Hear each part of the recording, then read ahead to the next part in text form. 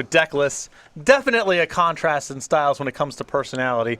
Jacob of the 16, I would say the most introverted player in the field. Kevin Jones, anything but. I would agree.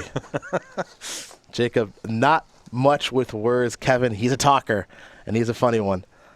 Though, looks like Kevin maybe opening him up a little bit. A little chat here before the match does begin. It's hard not to be charmed by Kevin. It's hard not to interact. He's a very gregarious, funny guy, loose, doesn't take himself too seriously. Really? He calls himself the daddy. Yeah, he doesn't take himself too seriously. This is the second time these players have squared off. They were in Group A during the Legacy portion. Kevin winning that match against Jacob. Yeah, Kevin, I loved his Legacy deck choice here this week, and I thought he had the metagame pretty well pegged. Brought Merfolk to the table with main deck copies of Chalice of the Void, and that was a very tough matchup there for Wilson. And we are underway. Jones, the higher seed, he'll get the option to play, and we start our wild card round. Jones with just a Mystic Monastery. Wilson will sacrifice a Wooded Foothills. It's a basic forest, and we'll see what Jacob has to play on turn number 1.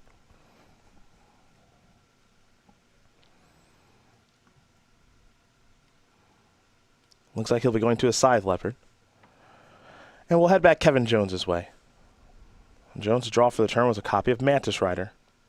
Jones will play a Windswept Heath. He'll sacrifice that. We'll have a Plains here in just a moment.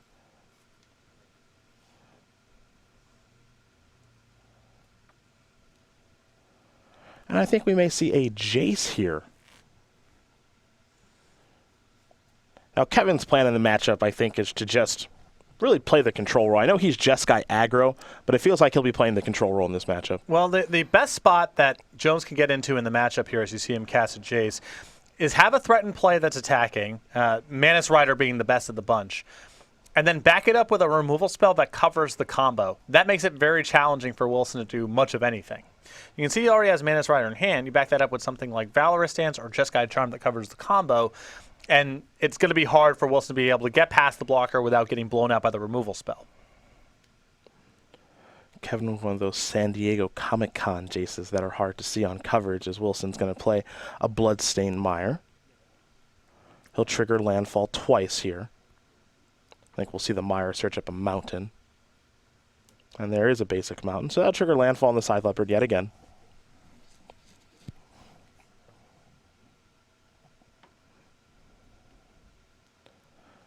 And now for Jacob, it's a face-up Den Protector. So back over to Kevin now.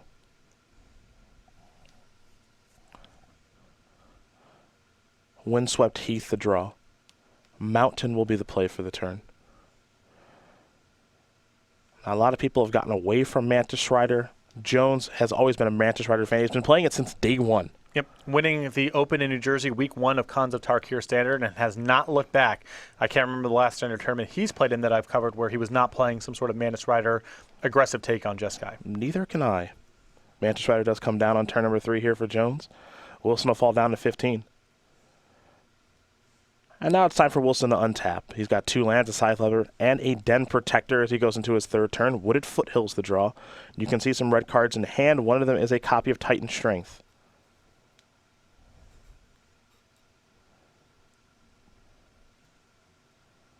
Den Protector's text as far as blocking is concerned seems like it could play a huge role this game. Yep, it's one of his best threats of at least getting around the Mantis Rider and forcing the issue on Jones to have a removal spell. Cards like Titan Strength become immense, of course, pair very well with it.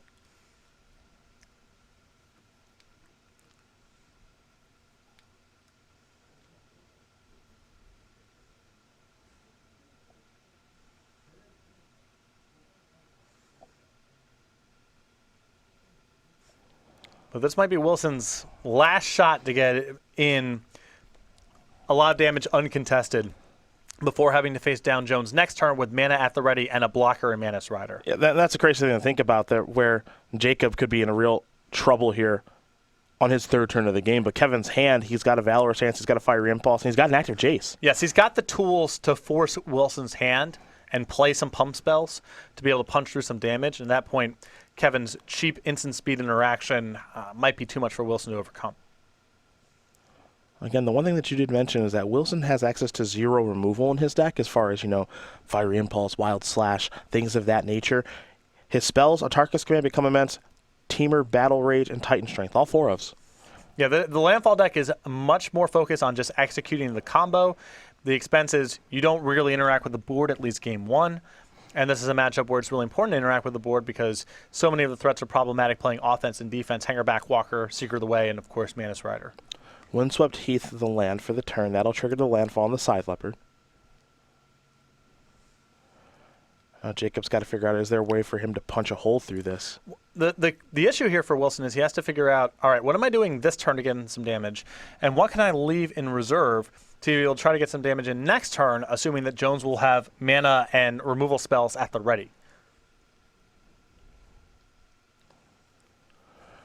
For Wilson, his hand is loaded with spells right now. He's got a Tarkus Command, he has a Become Immense, he's got a Teamer Battle Rage, and I believe a Titan Strength. So he's got a lot of goodies over there, and it looks like the Leopard's going to come to the battlefield. Into the red zone. Perhaps Jace interested in blocking here. Seems a little early for that. If Jones thinks that he's got a huge advantage if he gets untapped with the cards in his hand, you could see a chump block and a loot. It feels a little early to me for that line of play, but I suppose it's on the table. Yeah, for whatever reason, when you're playing against this kind of deck, you feel a little nervous. Well, I think that if Wilson was trying to go for some sort of big play this turn, you would have seen the Den Protector coming as well. Looks like Dispel was the draw off of Jace. And Dispel really pays out Jones for taking this conservative line of play, because now he's going to untap with Dispel, Valorous Stance, and Fiery Impulse at the ready. That's going to be a lot of interaction when Wilson tries to make a move next turn. Over to Kevin Jones will go.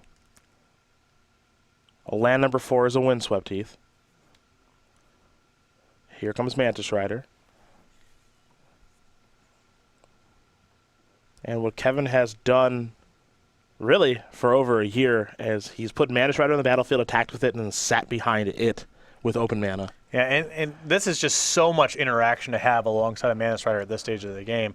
As someone who plays a lot of Atarka Red, the Nightmare scenario is blocker you can't handle with interaction. The Vigilance threats are the worst of all of them because they're offense and defense at the same time. And Kevin's hand is just stocked with basically the maximum amount of cheap interaction you can have at this stage. All of it interacts with Pump, too. You have a Fiery Slash if Wilson initiates something. You have a Dispel if he initiates something. And if he can play over the top of all of that, you have a Valorous Stance to catch you up. Monastery Swiftspear, the draw here for Wilson. He'll start by playing that. There's a Wooded Foothills. That'll trigger the landfall on the Scythe Leopard.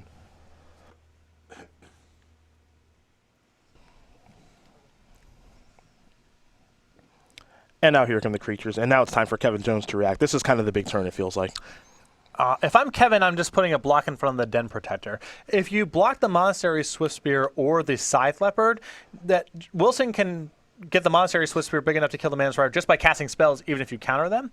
And the Scythe Leopard can get punched through your Manus Rider just by landfall triggers. By blocking the Den Protector, you're forcing Wilson to play something into your Manus Rider to be able to punch through it. And at that point, your Dispels, your Fiery Impulses, and your Valor Stance become very powerful. Though if you are Kevin, you're playing a bit of a guessing game on what's in Jacob's hand. I agree with you. I think that the Den Protector is the safest block here. You got to force Wilson to initiate the action here. Yeah. You can't just let him trade with the Manus Rider. And this is the only block that Jones has that forces Wilson to initiate. Jacob will sacrifice a Windswept Heath, which means we'll have a landfall trigger for the Leopard. That's going to turn into a 3/3.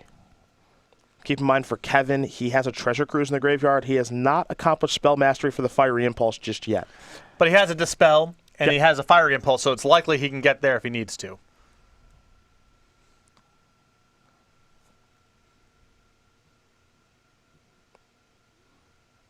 For Jacob, it'll be a copy of a Tarkus Command. We'll get modes on what this is doing. Likely to be deal 3, and then +1/+1. But sometimes, in situations like this, the red-green landfall deck does want to put a land on the battlefield. But it's going to be 3 damage and Pump. That is confirmed. And we'll see how Jones wants to respond here. He'll start by sacrificing a fetch land. To me, this seems like a good opportunity to use the Fiery Impulse on the Den Protector. You want to go on the Den Protector with Fire Impulse. I think so. The creature he's blocking? Yeah, I don't want to trade with the Manus Rider. Okay, sure. I like starting with Dispel.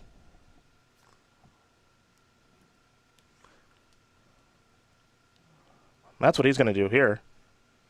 I mean, there'll still be a prowess trigger on the Swift Spear. Now, if Jacob pumps the Den Protector, then I'm fine responding and killing it. But with the way that Jacob set this turn up, he's only got the ability to play 2 spells. It's kind of the same either way. I think in the long term, the Dispel is a more valuable resource in hand than the Shock. Because it's possible Jones gets low enough that he has to worry about a target's command just burning him out of the game. Sure. So I just value the Dispel a little bit more highly. Either play's fine.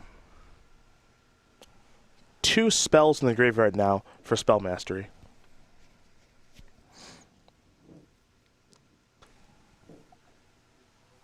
Right now the Swift Spear is a 2/3, the Leopard is a 3/3, and now here will be a landfall trigger, assuming Kevin does not respond, and it does not appear that he will.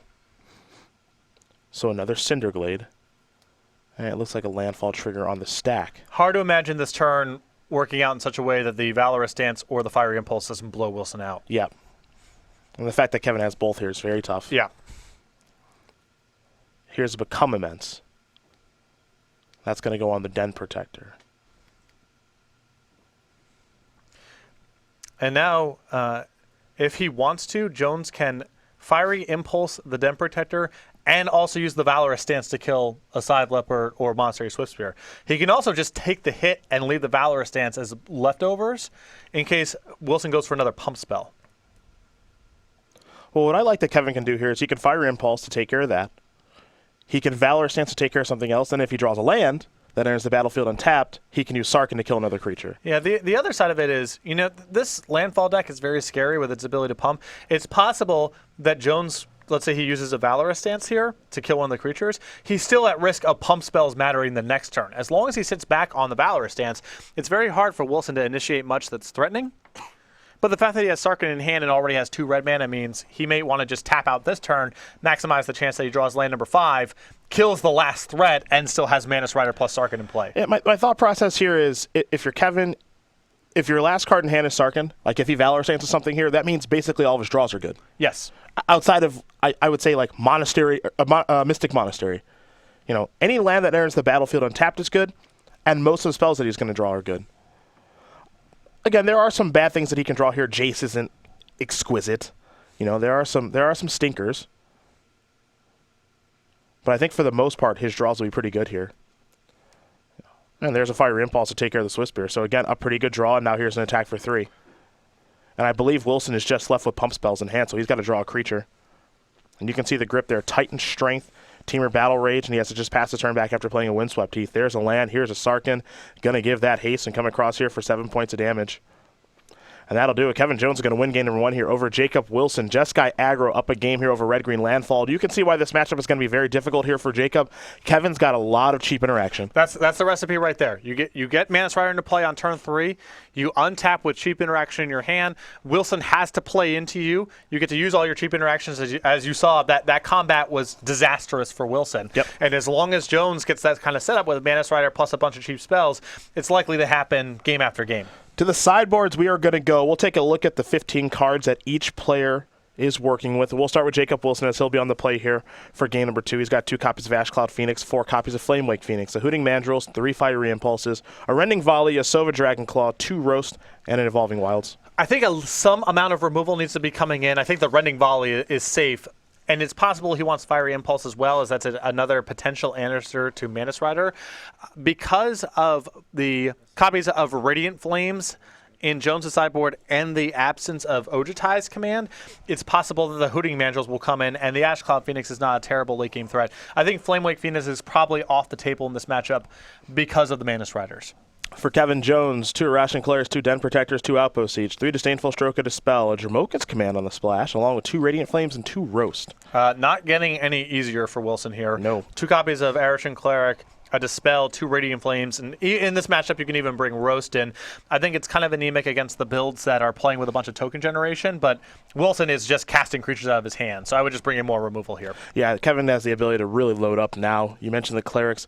I even kind of like the Dramoka's command, honestly. I think there's a lot of things he can do. And I think his matchup here is good enough that he can look at getting rid of some of his most powerful cards just to keep the deck lean. Cards like Jace, Treasure Cruise, even things like Wingmate Rock, I think are cards that Jones can get away from and just lean on his good cheap creatures and all of his cheap interaction.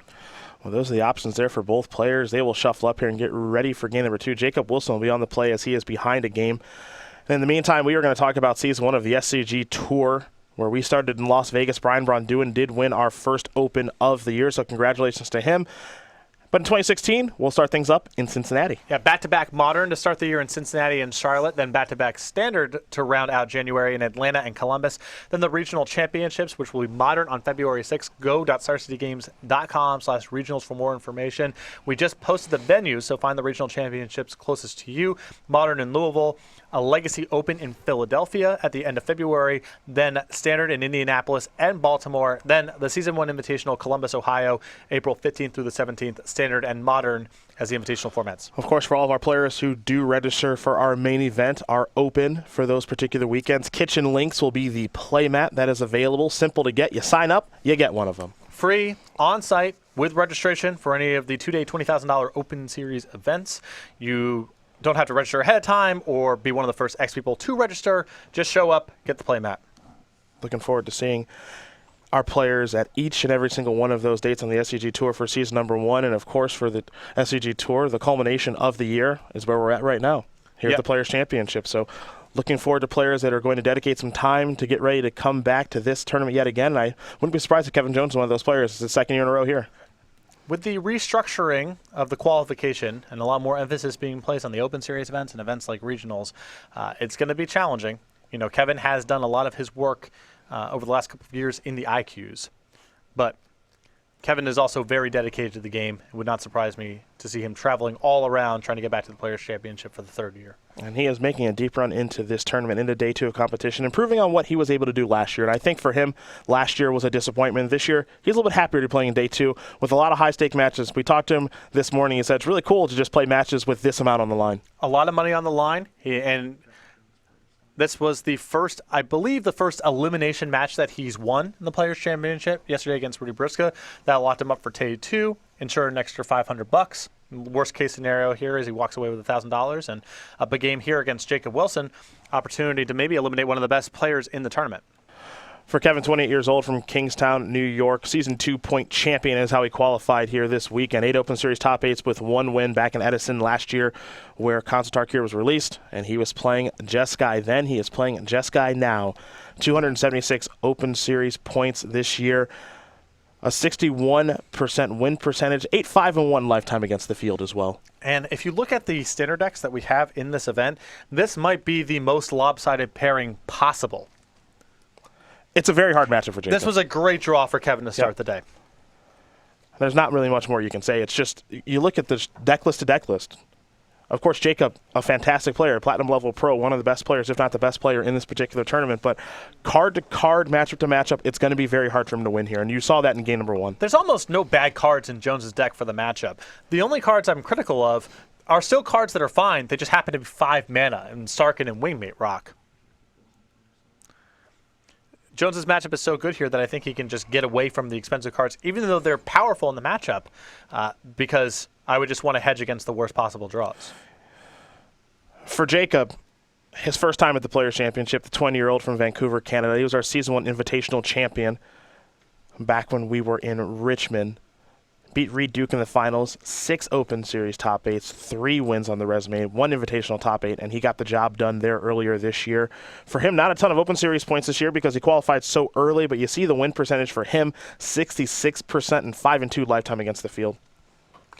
Lighter on Open Series resume in terms of matches played. You see a lot of our competitors have hundreds of matches, on the Open Series in 2015. Jacob with around 56, I believe, is the count there. But a lot of that had to do with just qualifying for the Players' Championship at the Season 1 Invitational and not attending that many events throughout the year. But Jacob definitely has the respect of his peers in this event. He's well regarded and maybe the best technical player in the tournament. I think he might be the best young player in the game right now, too. I mean, he's only 20.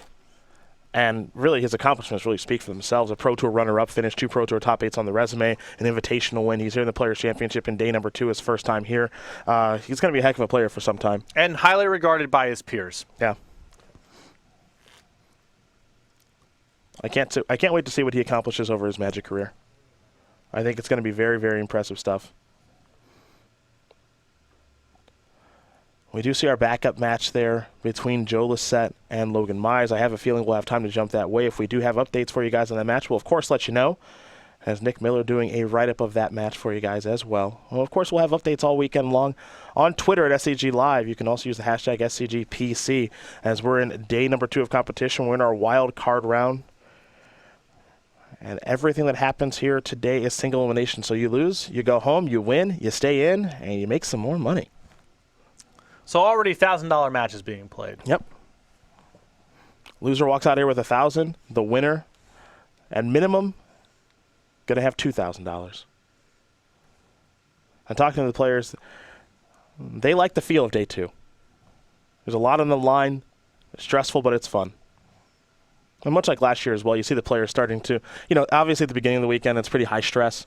You're doing your interviews, your deck techs, all of that stuff. But they've started to come out of their shell a little bit. I was watching the Kevin versus Rudy play their elimination match, and the players were definitely gathered around the TV watching. And part of that is they know the same thing is waiting for them tomorrow. Yeah. There's just going to be some elimination matches they play. And there's a degree of empathy among the competitors knowing that the same fate awaits them at some point. For Jacob, he started things off with a Cinderglade. Now he'll play a Forest. The follow-up is a Monastery Swiftspear. And now a Scythe Leopard. Over to Kevin Jones will go. Wingmate rock the draw. And Kevin sitting on Fiery Impulse, I think his plan here is to try to trap a removal spell. That's a very dangerous thing to do against Monastery Swiftspear because it's not take a lot of spells for that to just play over the top of the removal and for you to take a lot of damage. Typically, I'm an advocate for just killing Monastery Swiftspear. Don't get too fancy.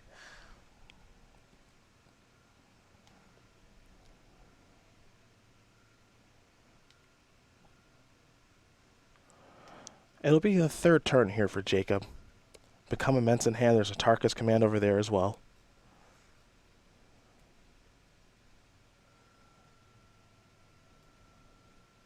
Also a copy of Scythe Leopard in hand. You can see a Bloodstained Mire, which will trigger landfall a couple of times if he wants to go that route. A lot of options here for Jacob. He'll start by playing a Bloodstained Mire. And for Jacob, what's on your radar right now is Wild Slash and Fiery Impulse. You know that there's a 2-damage spell that Kevin could potentially play this turn. And I think Jacob is also trying to see if there's some way to induce a shock and play over the top of the Tarkus command. Bloodstained Mire will be sacrificed. There's a basic mountain. We'll see if this landfall trigger does resolve. And if you're Jacob, you feel like maybe Kevin's trying to induce a little bit. Well, there's some chance. There's also some chance he's just on Radiant Flames. And he's willing to take these hits to try to sweep your board. Yep. 3 damage and pump is the plan here for Jacob. And will Kevin make a move here? It looks like the answer is yes with Fiery Impulse. He's going to go after Swiftspear. That'll work. And that's the danger of not just taking care of the Swiftspear right away, why I would have done it. If Wilson has something like Titan Strength in his hand, you take just a load of damage that turn. Here's another Leopard. We're going to head back Jones's way. Hangerback Walker. And he has a copy of Flooded Strand. I think he might have Radiant Flames in his hand right now. He'll sacrifice this Flooded Strand.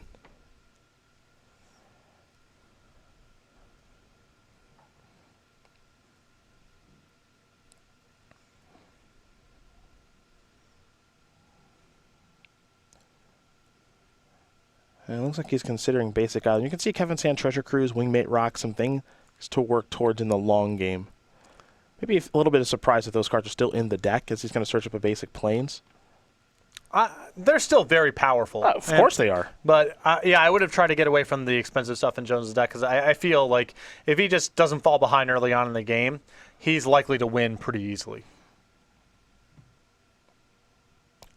And now here's Radiant Flames. That'll clear away all the creatures. And we're going to head back Jacob Wilson's way. See if he's got anything left in reserve. He's only got 2 cards in his hand. Looks like he may have picked up a copy of Den Protector. He'll play it as a morph. We'll go back over to Jones. Jones will draw another copy of Radiant Flames. And while trading 1 for 1 isn't the sexiest play with Radiant Flames, I like doing it here. I don't mind it, especially with Treasure Cruise in hand. You're at least getting another card in the graveyard. You don't want that Den Protector to untap because Monastery Swiftspear and a Target's Command are both threatening cards. And if you trade this Radiant Flames with a Become Immense, which is another possibility, you're not upset about that outcome either.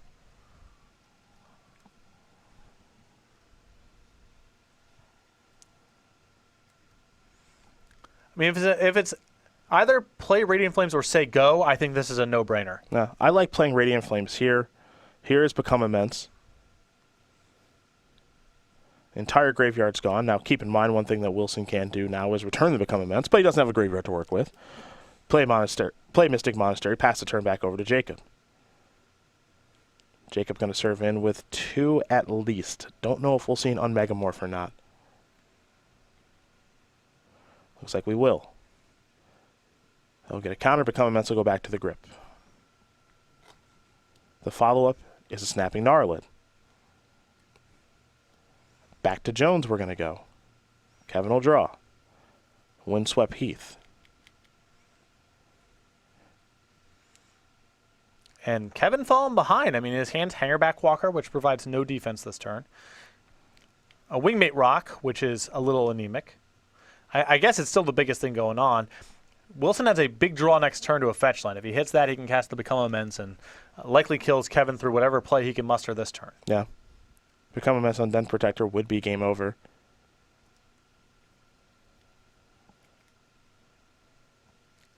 I think Jones, even though it's painful to do, may just have to cast Wingmate Rock this turn. I think he needs to put himself in the best position to be able to block, assuming that Wilson doesn't draw a fetch land. And Hangerback Walker naturally can't block the Den Protector right now, so I would want to just cast the Wingmate Rock. Yeah, there's a lot of things that can go poorly here for Kevin.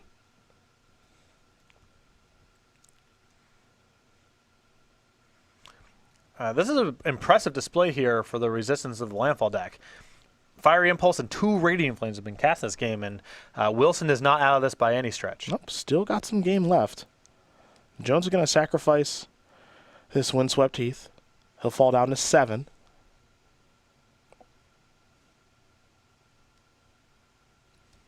Canopy Vista, the weapon of choice here.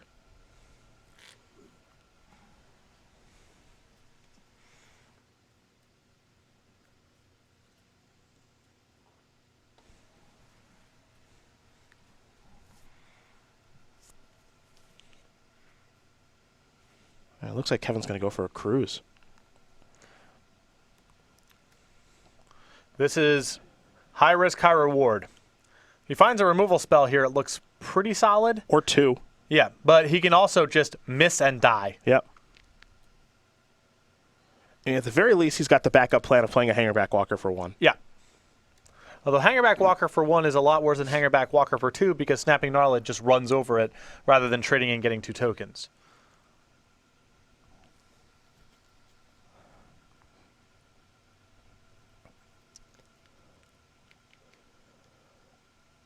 Couple of different cards in hand here now.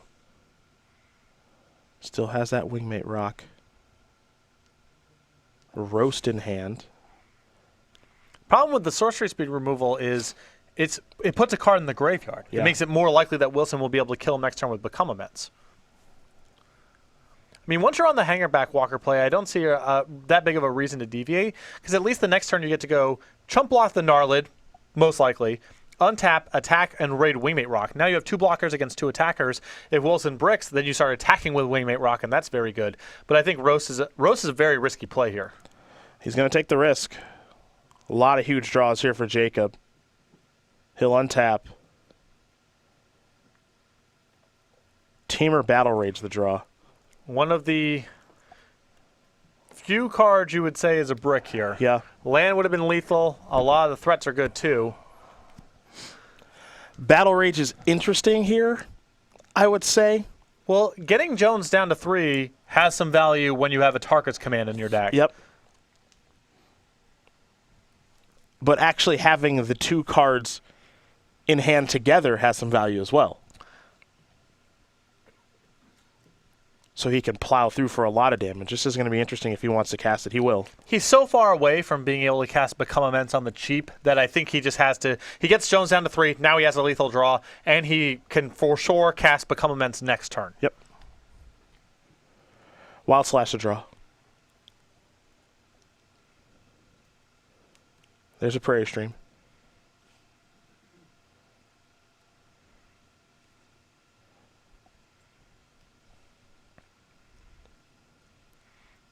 And with Jones knowing the last card in hand, I doubt I would want to get too fancy with the shock here. If I'm Kevin, I like Wild Slash, Jace, Hangerback, Walker, go. If I'm in his seat. Yep. Dump my hand out. A lot of different things I can do. Kevin has shown a propensity for wanting to trap with the removal spells. I think when you're this far ahead, assuming that the Gnarlet just dies, you are really far ahead. You don't need to get every last piece of the puzzle here. I also don't want to try to trap this player. Yeah.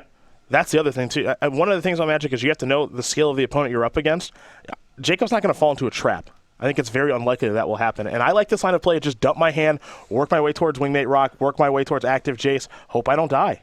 Because once he gets a rated Wingmate Rock, if he gets in 1 hit, that's probably it. He gains a life. He's out of a Tarkus command range. He has a bunch of blockers. He has the ability to flashback removal spells with Jace. Might be too much to overcome. Yeah. And keep in mind as well, with the active Jace out there, if active Jace is able to find a counterspell like a Dispel, he's probably good to go. Yes. He needs basically 1 piece to lock this game up. Once he raids the Wingmate Rock, it's survived the next turn. Wilson's not going to be able to get back into the game past that point. There's a Windswept Heath. Here comes Hangerback Walker for 1. Wilson's going to fall down to 18. And now there's Wingmate Rock. There'll be a trigger. A raid has been satisfied. And assuming Kevin did trigger that, we go back Jacob's way. Mountain the draw. And it's back-to-back lands here for Wilson that might do him in. There's a Windswept Heath. Excuse me, there's a Wooded Foothills.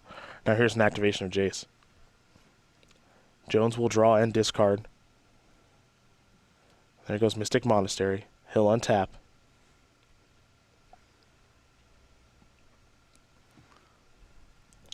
I think he may have just drawn a copy of a Ration Cleric.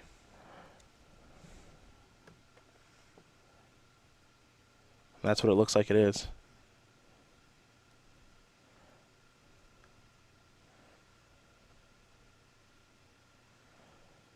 So here comes Wingmate Rock, the token, and the Hangerback Walker. There will be a trigger. And I don't think there's any coming back now for Jacob. Valorous Stance is the last card in hand, too, so he's covered against some odd flurry of pump spells.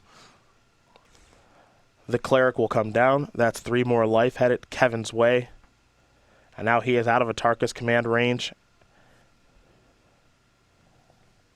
Wilson will draw a Cinderglade. And that is going to do it. Kevin Jones is going to win this match here over Jacob Wilson, 2-0. Jeskai Aggro is going to take care of Red-Green Landfall. For Kevin Jones, it might be the biggest win of his Magic career, and for Jacob Wilson, he is out of the Players' Championship. Kevin Jones is now in the top 8 of the Players' Championship. $2,000 richer at the minimum, has just eliminated perhaps the best player in the entire room. Congratulations to him. We felt it was